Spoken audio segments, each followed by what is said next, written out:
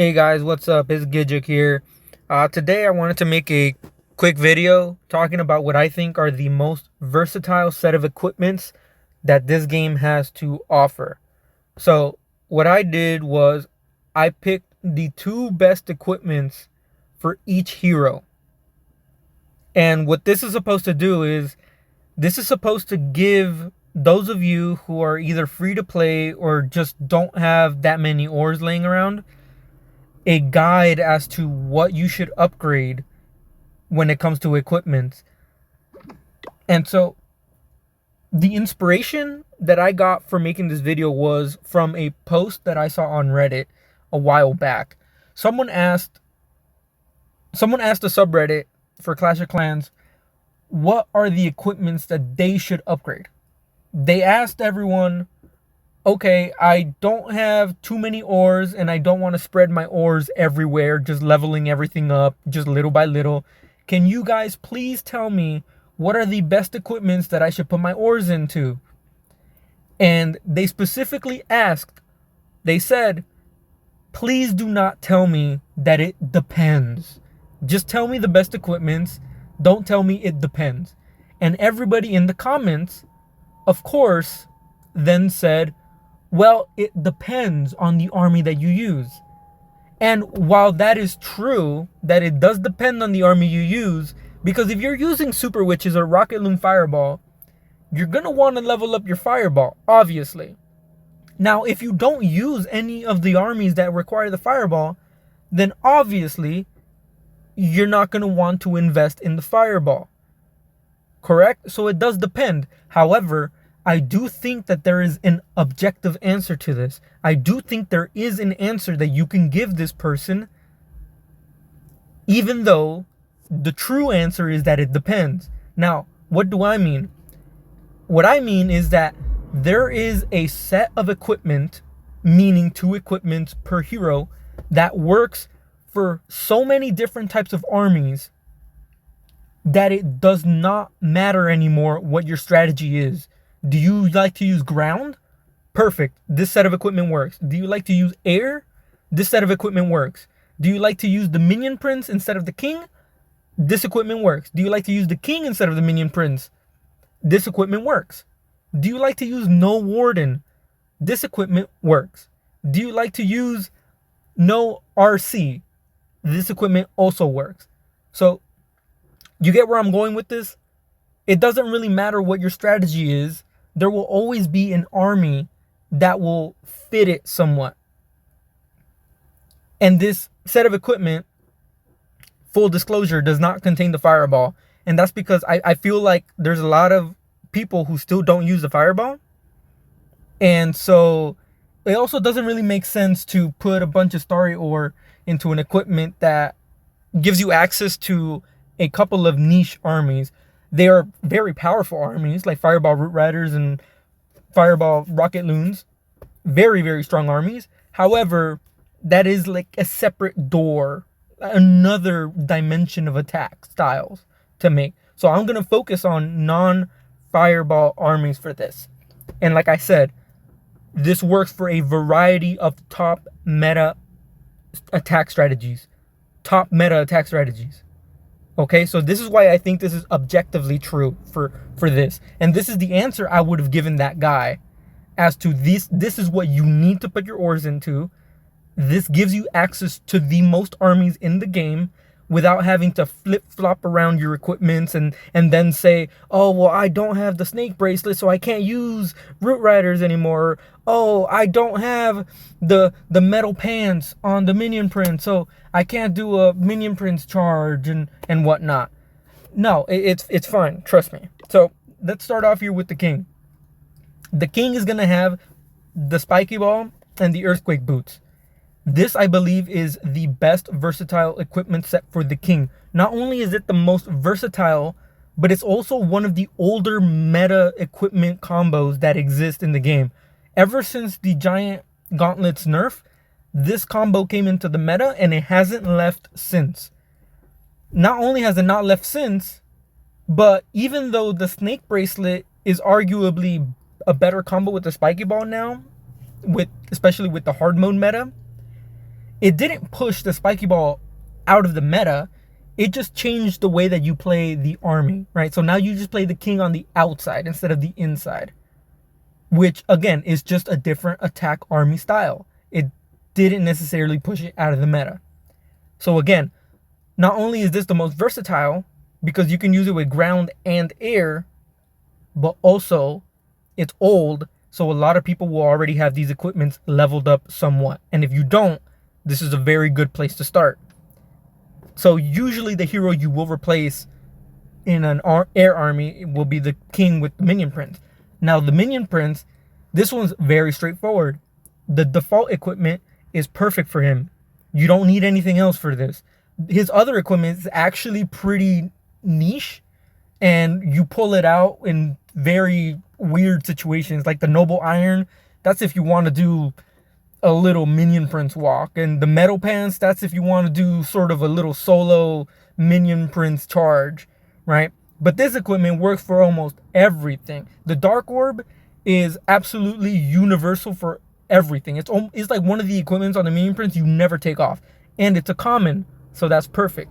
The henchman, also, the only reason you would ever take off the henchman is if because you have the dark crown at max level. But even then, the henchman gives you enough to not require the dark crown at all. So stick with the default equipments. If you're low on ores, don't worry about any epic equipments for the minion prince. The queen, she does have the giant here and the giant arrow. The giant arrow, I think it's pretty universally leveled up by most of the community. I'd like to think so, at least. Because not only is it a common equipment, so it's easy to level up, but also it has so many uses in so many different armies that many people have already leveled this up somewhat anyways. The giant is the scary one here because it is somewhat of a recent equipment. Now, what happens with recent equipments is that there's so many equipments in the game that come out that you can't level all of them up. So the more recent an equipment is, the more chances that you either didn't get it from the trader shop or the event shop, or that you did get it, but you didn't actually put any ores into it. Now, the giant, since its release, has been held up as the queen's best equipment for both air and ground. So I do believe a lot of people have at least started to level this up. However, if you didn't, don't worry, because the next best equipment she has, which does not fall too short off from the giant, is the healer puppet, which is a common equipment. And also, the healer puppet and the giant arrow have been one of the queen's bread and butter combos since before the giant came out. So I believe most people have these leveled up already as well. So use this if you don't have the giant. But if you have the giant, go ahead and just use the giant because it is better than the healer puppet. But this whole thing does not get broken just because you don't have the giant. Now the warden, very straightforward. Eternal Tome and Healing Tome. I don't think I have to explain this. Eternal Tome, that's the default equipment from the warden since before they introduced equipment. So most people should have this max. And the Healing Tome, this is also one of the original equipments that were first released for the warden. It's also common, so most people should also have this max. I do like this better than the Rage Gem, by the way. I think it has more universal use than the Rage Gem. So we're going to go ahead and use this combo. I think is the best combo. The Royal Champion, this might be the worst one because it has 2 epics in it. Now, to be fair, the Electro Boots is a little bit of a weird one because you actually do not need the Electro Boots to be too high of a level to be useful. You really only need the Electro Boots to be, say, 14, level 15, and it will work just as fine. If you have level 27 Electro Boots, that's obviously stronger than level 15 Electro Boots. But the thing is, it doesn't make or break the attack if your E-Boots are level 15. So it's fine. So it actually does not cost much story ore. This is essentially just a common equipment that costs a little bit of starry ore. The rocket spear, I think a lot of people will also be scared about the rocket spear, because I think the rocket spear is one of those equipments people don't really have leveled up because they sort of ignored. And for me, this also is one of the equipments that, at least for most of the armies that I use, it doesn't actually require it to be maxed or anywhere near maxed. A lot of times you use the rocket spear for its ability to keep the RC in place so she doesn't run up ahead and end up dying without anybody tanking for her. Right? So you don't even need this max. There's only one army where I do recommend that it's max, and that's in an army where she does her rocket spear charge at the beginning, and that's because you can get more value off the rocket spear if it's max level. But other than that, you're usually using the rocket spear inside of the base just to keep her positioned away from defenses, which you do not need max for. You just need a couple shots to do that for you.